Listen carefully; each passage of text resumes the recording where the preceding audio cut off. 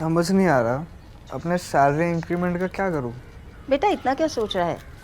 अपने mutual funds के SIP का टॉप अप करा ले। This is the right time. क्या? समझ में नहीं आया। बेटा इतना क्या सोच रहा है? अपने म्यूचुअल फंड्स का एसआईपी टॉपअप करा ले। This is the right time. अब समझा।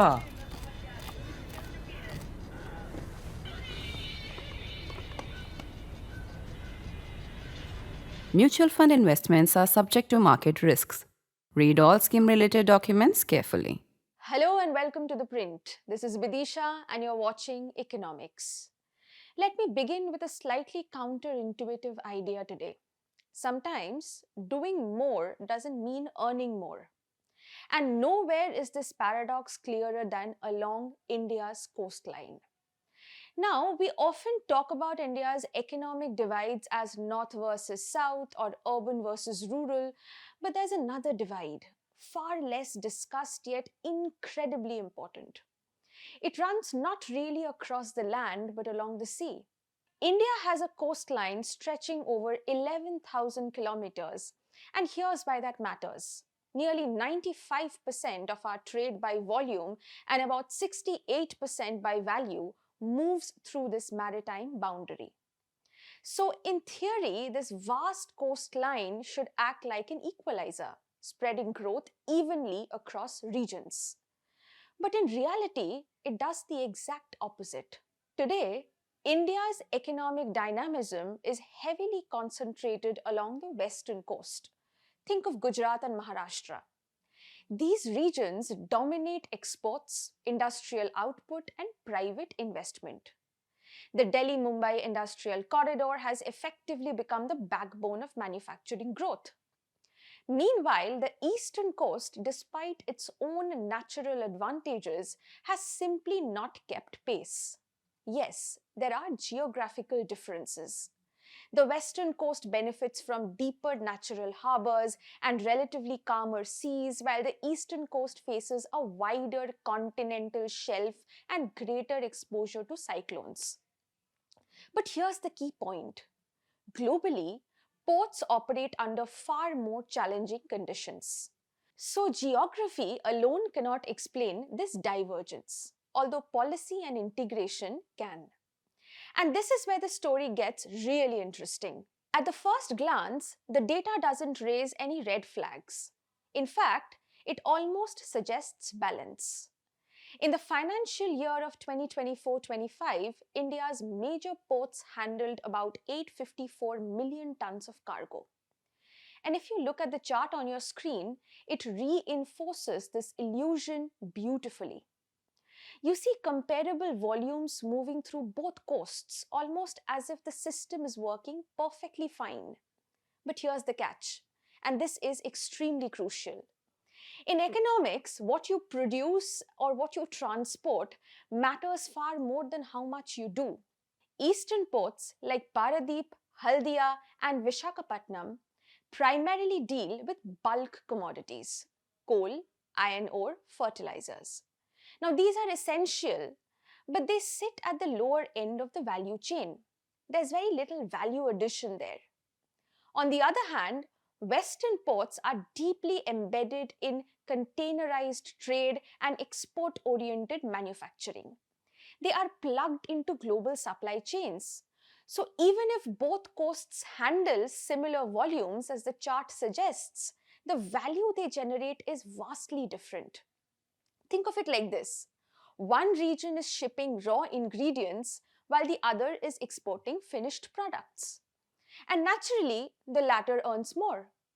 This brings us to what I would like to call as the illusion of balance. On paper, the eastern coast actually handles slightly more cargo, about 52% compared to 48% on the western coast, but outcomes tell a very different story.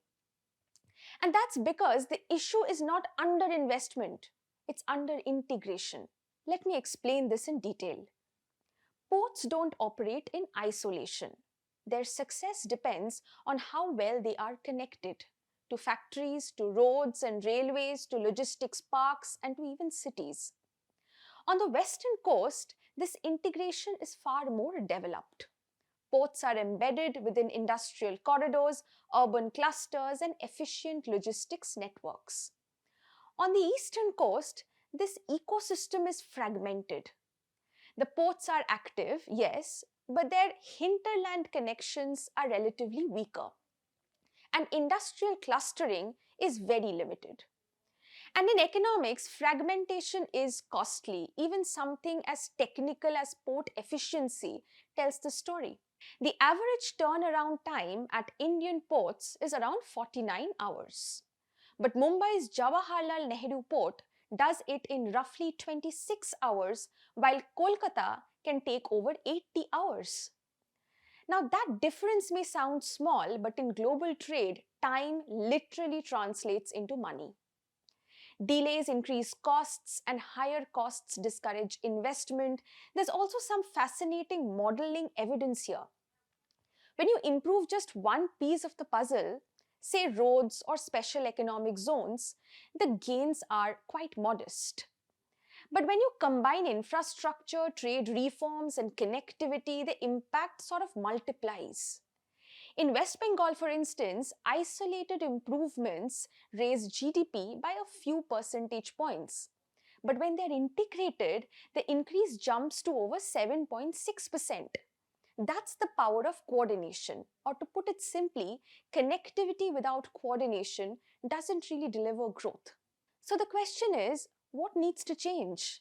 First, we need to stop thinking of the eastern coast as just a collection of ports. It has to be treated as an integrated economic system. Second, last mile connectivity. Those final links between ports and production centers must become a policy priority, not just an afterthought. Third, and perhaps most importantly, we need industrial clustering near eastern ports. Ports generate real value only when they are tied to manufacturing ecosystems. Otherwise, they remain transit points rather than just engines of growth. Fourth, trade facilitation, especially reducing non-tariff barriers, can unlock significant gains. And finally, efficiency matters. Turnaround times, digitalization, coordination between agencies, these aren't just technical details, they are signals that shape investor behavior. Let me leave you with one final thought. Right now, the East moves India's inputs, while the West captures the outcomes. Bridging this gap is not just about regional fairness. It's about unlocking India's next phase of economic growth. Because the real question is, will India's coastline remain just a boundary on the map? Or can it become a catalyst for growth? That answer will define the country's economic future. Thank you for watching.